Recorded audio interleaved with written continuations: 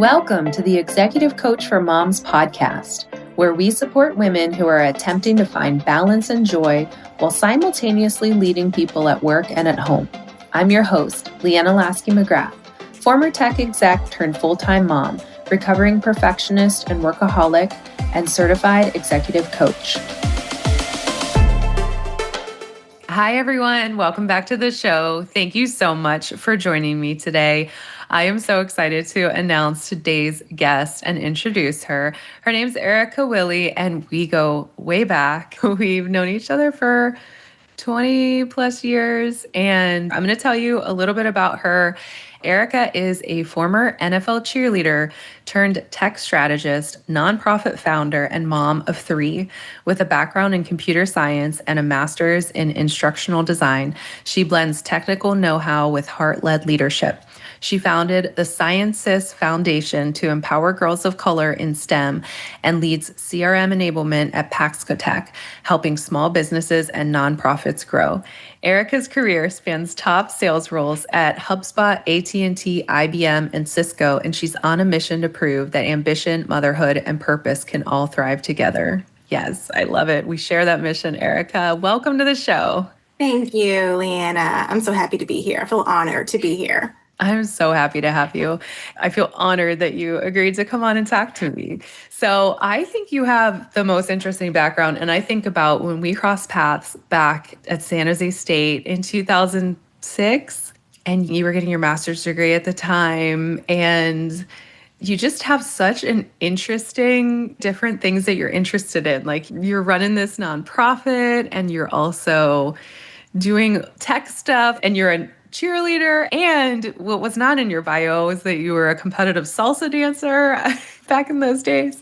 It all intertwines. It goes together, honestly. I think the one common denominator of it all is I'm just a very curious person.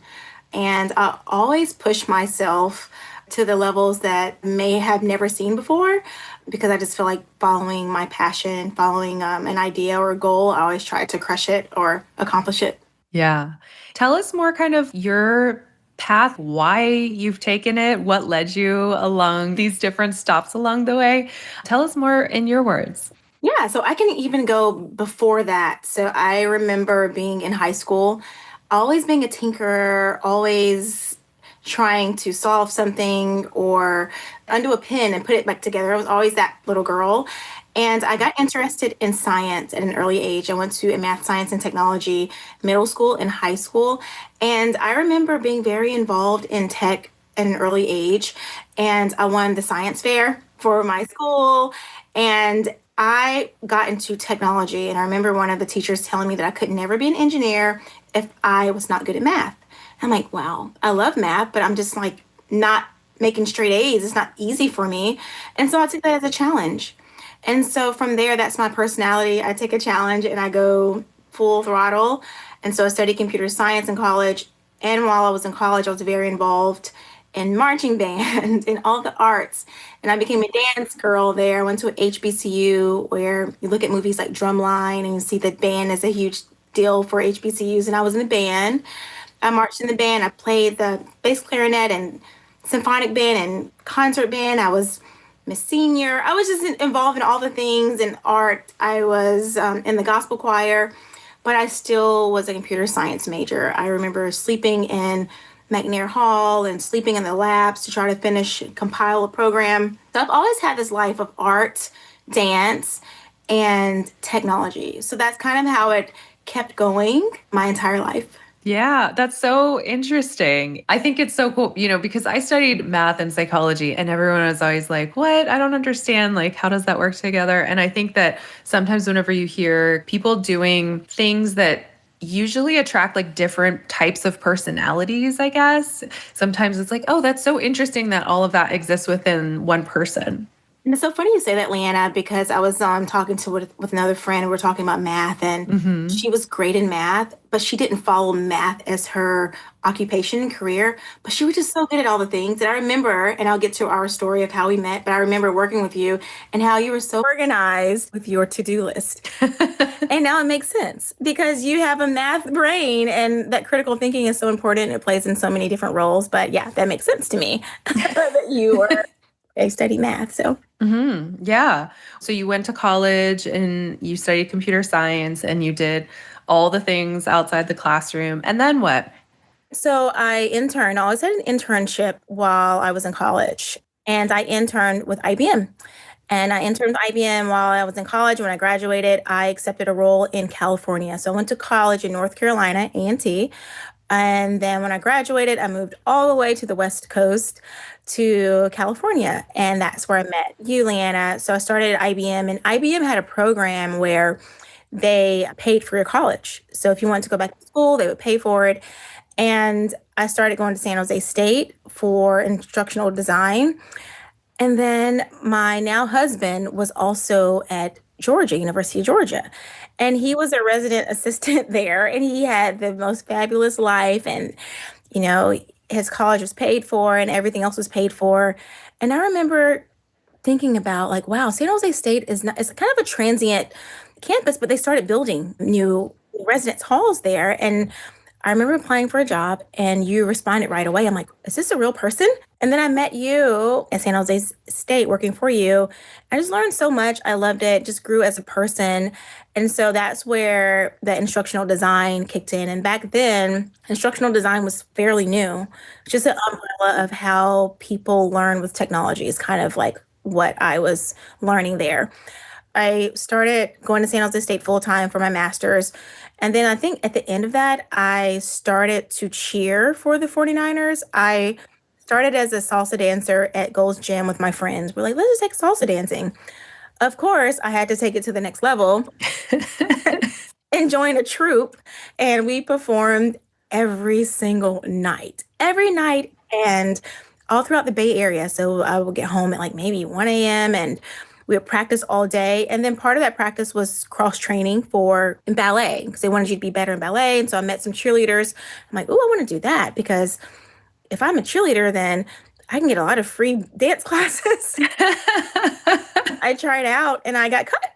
I tried out, I got cut, and I'm like, wow, I was trying to be a cheerleader that I thought in my head what a cheerleader was. So like right now you can see me have curly hair. Normally I have like a big curly afro.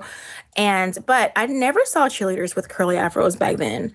So what I did, I tried to what I thought was a cheerleader. So we for the very first time, I remember trying to play up, trying to downplay me being a computer scientist or being smart, just like generalizing what I thought a cheerleader was, and I got cut. And I remember the next year I tried out again. I'm like, whatever, I'm just gonna be myself, wear my curly afro, and just talk about like why I like to do what I like to do and just be my 1000% authentic self. And then I made it. And so I use story all the time in my personal life. So I made cheer based off of me just being myself, just being myself in that room. And so I cheered for maybe 3 more years while I was still working. At this point, I graduated from San Jose State and my husband moved to Jacksonville. He's very big in education, and I got into sales. And I always wanted to be in sales. I thought sales was, you had to be pushy and you had to get people to do what you wanted to do. And I learned about consultative sales and the skills that go into the science and the art behind sales. And I really enjoyed that. And I did that in Florida. And so my last year of cheer, I flew back and forth to Florida because I tried out and maybe 500 girls tried out for 40 spots. And I felt very responsible for, my role on the team. I didn't want to take someone else's spot and just not show up anymore. So I flew back and forth and started in sales in Florida. And that's how I got into sales and started with AT&T and then Cisco and then ADP and HubSpot and Paxco Tech. So that's kind of how that journey started. Wow. It's just so cool. Like you're like computer scientist by day at IBM and all these other big companies, and then cheerleader, Yeah. salsa dancer. it's like you're an embodiment of STEAM, right? Of the sciences and technology and the arts and, with dancing. And I love that your motivation was to get free dance classes. Even salsa dancing, I'm like, I want to go dancing, but I want to get better at it. And then a lot of people don't realize when you are a cheerleader, you're an ambassador, and you may spend 30% of your time on the field cheering, but the majority of your time you're out and you're representing the brand, the franchise. Even still to this day, I am still involved with 49ers. I go and I do certain events and I get to help out and be involved just because of me being an ambassador and being able to speak and connect with so many different types of people. That's so interesting. So, one of the things that is very prevalent throughout your adventures and your story is that kind of drive that you have to, like you said, take a challenge and go full throttle is the wording that you used. And, kind of just like taking everything to the next level. It's like you aren't just like doing it.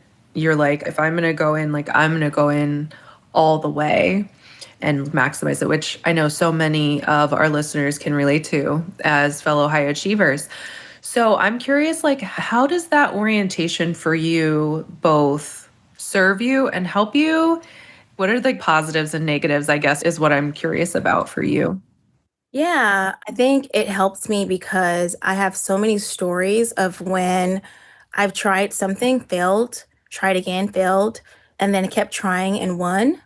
And so sometimes when it feels impossible, I can dig deep and say, hey, you did it before, you can do it again. Or, surrounding myself with a lot of different friends and women who are risk takers and they try. And I'm like, oh, okay, if this person, if they can do it, then I can do it. They're not Superman. They have the same amount of hours of the day that I have. So I think just that resilience, just understanding that it takes hard work. It's not instant. I've done it before. I can dig back and then do it again. I think that has helped me. I think the drive, sometimes you can take on too much and you can be really hard on yourself. I know we do that as moms and as women. I mean, we can do it all, but sometimes it doesn't show up right away. Maybe I can use an easy example, like just say weight gain. Like, back in the day, you can say, oh, I can exercise for 20, 30 days and I can be back, like I was before. And sometimes you dig deep and say, all right, I did this, then this should happen, based off of what I used to do. And sometimes it doesn't happen that way all the time. And sometimes you have to do a little bit more. And so it can be a little discouraging when you're very ambitious and it doesn't work out in like how it used to do or how it used to be easier to reach a certain goal. So that comes with, your life is a little different. You have less time, you have more things pulling at you as a mom. So that can be a little challenging. Hmm. Yeah. So I'm hearing you say kind of like the resilience, like it's really helped you with resilience and just to like not give up and just know that failure is part of the journey of and you keep going. And how do you do that? Like how do you keep going? Like you gave the example of you see other people doing it and I think that that's so important, like surrounding yourself with people who are doing big things or people who are, who inspire you. But any other ways that you have found to be able to keep going and not get discouraged? And because I think sometimes, we experience failure, especially as high achievers. It's like we experience failure and we're like crushed by it and feel like we can't keep going. And so, how do you keep going? Like, how do you pick yourself back up and try again? In my experience, one of my good friends, her name is Esther Ayurende. I love her. She used to be a cheerleader as well. She's in tech, but I remember her telling me that it's a muscle. So even trying hard as a muscle, if you don't use it, it's weak. So you have to keep trying and get better and get stronger at that thing, and then you'll get better at it. So I think I am more terrified at not trying something. And like 20 years later, I said, oh my gosh, I should have, could have, would have. I think that terrifies me more than failing.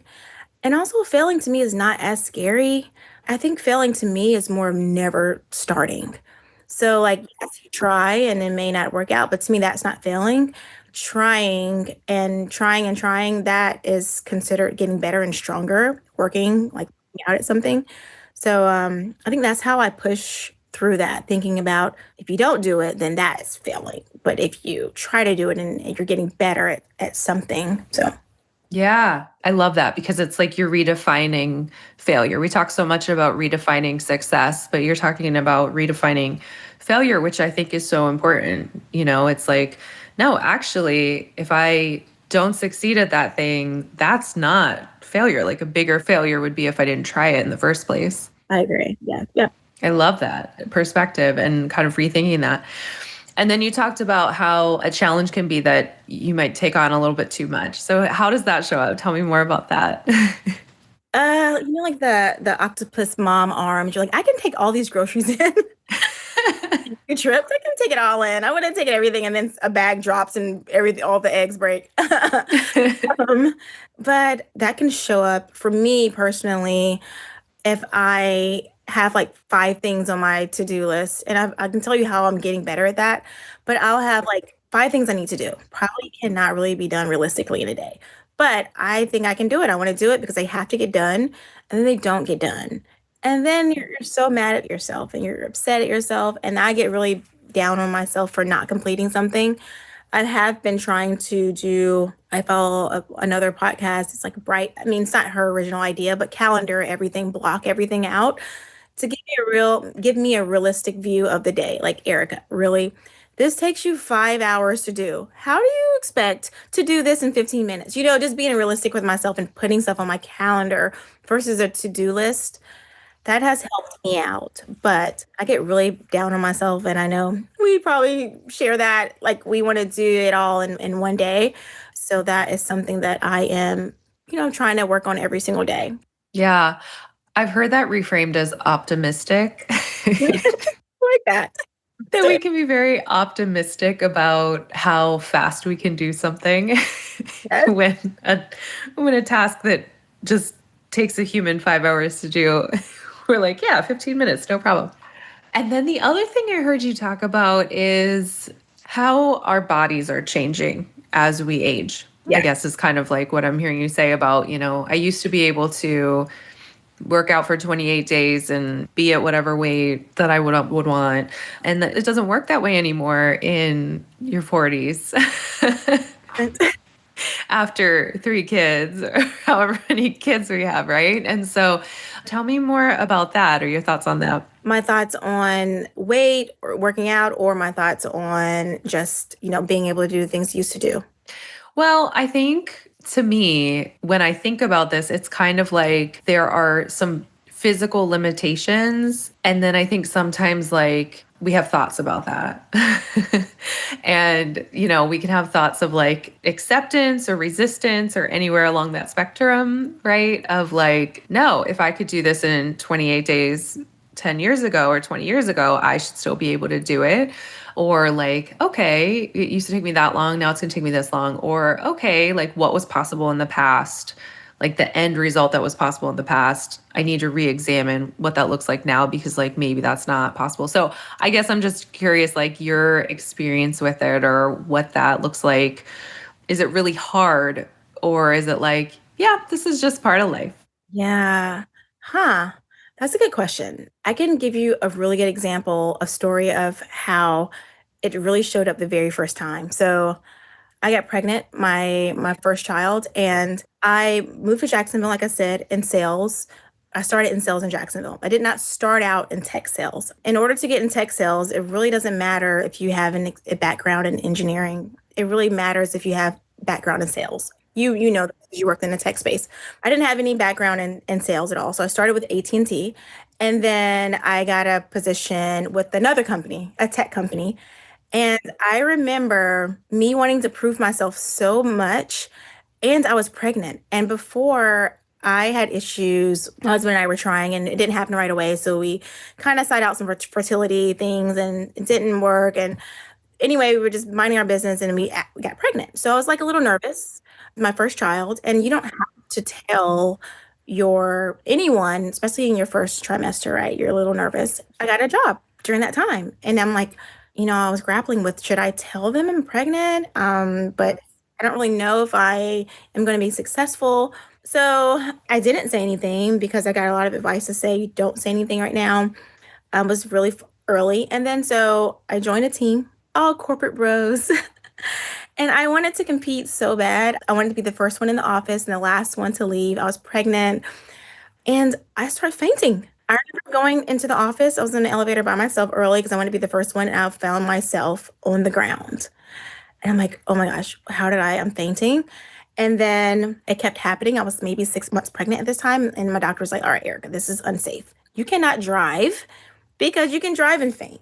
I was pushing myself a really, too hard normally, how I can normally push myself, especially in sales. You want to kill it. And it was just, I was pushing myself beyond my boundaries. Physically could not do it. And so that was my first sign to like stop and say, hey, Erica, you are not in the space and the same body that you were before. And that same lesson, that was an early lesson for me to say, all right, be thankful for where you are now. You are where you're supposed to be. You need to take care of this body of yours. And so I use that same mantra, like we kind of talked about having, kids and being able to snap back. I hate that word. I hate saying snap back, but just being thankful in the space, like, oh my gosh, I'm a mom. I get to be a mom. Like that is nothing I take for granted. So just circling back and realizing like the gifts that you get to live with and being thankful for that versus being where you used to be. There's a new blessing in the now with the gifts that you got. Like this is what you asked for.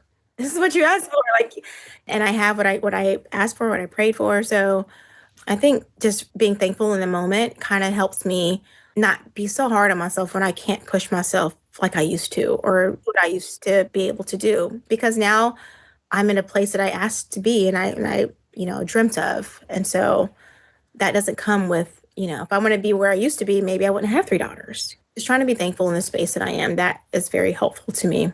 Yeah.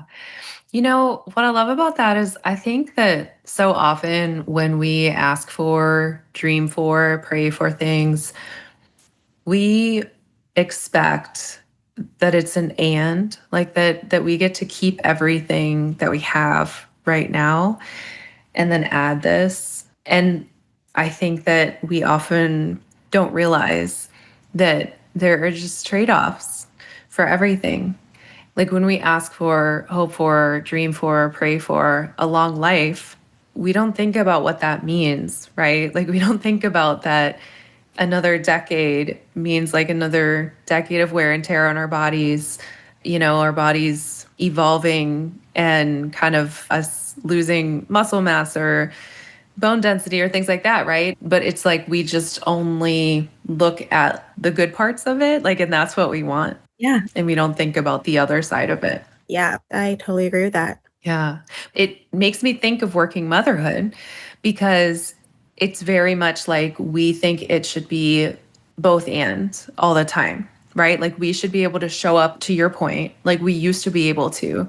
We should be able to be the first in the office and last out and also grow another human with our bodies. Right. Right. All at the same time, we hold ourselves to those standards. And I don't mean that to say that that's like a personal failing. That's like a societal thing, right? Like we are expected to work like we don't have children and to raise children like we don't work. And so it's so important for us to acknowledge both individually and societally, So important. right? That like there's trade-offs. We just can't physically be, it's hard to accept that I can't do what I used to do anymore. Yeah, no, I feel like with working and thinking about working like you don't have children and that pressure, I remember, and I feel like the hardest part of my career. So we talk about like right now, DEI is super in the forefront for all working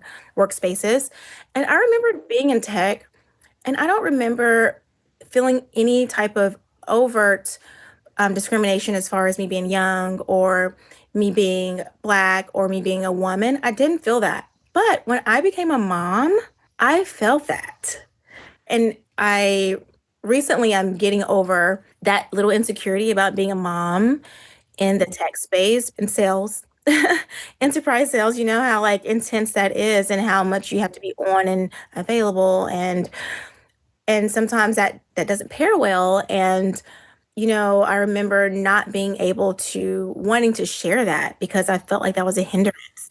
because, oh, she has to show up for her kids. And so when I fainted, that was an insecurity that I started having.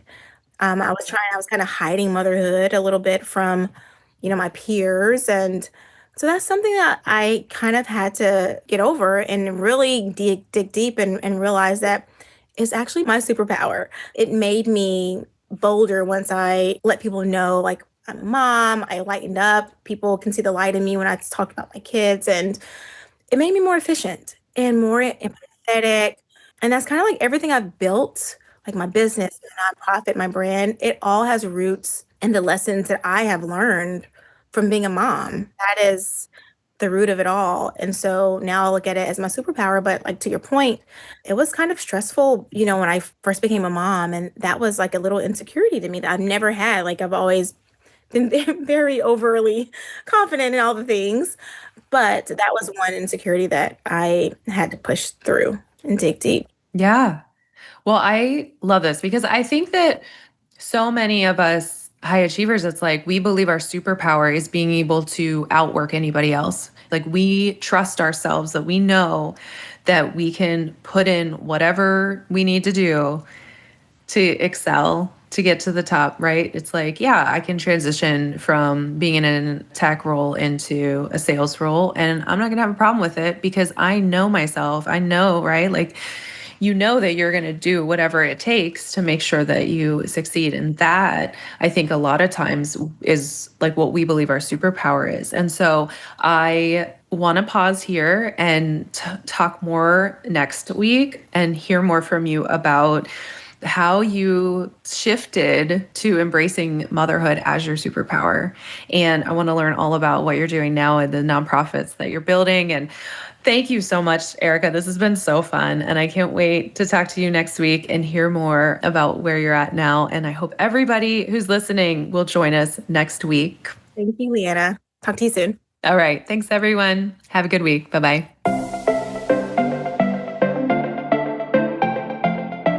If you're loving what you're learning on this podcast, I'd love to invite you to check out the Executive Mom Reset. It's my 6-month coaching program for ambitious, success-driven, career-focused women who are ready to stop surviving and start thriving. Together, we'll tackle the stress, guilt, and overwhelm that come with being a high-achieving executive mom. You'll learn how to set boundaries, prioritize what truly matters, and build the confidence to show up powerfully at work, at home, and for yourself. Head on over to coachleanna.com right now to schedule a free discovery call. We'll spend an hour talking about where you are now, what you want to create, and how I can help you get there. Because every woman deserves to live the life of her dreams. Let's create yours together.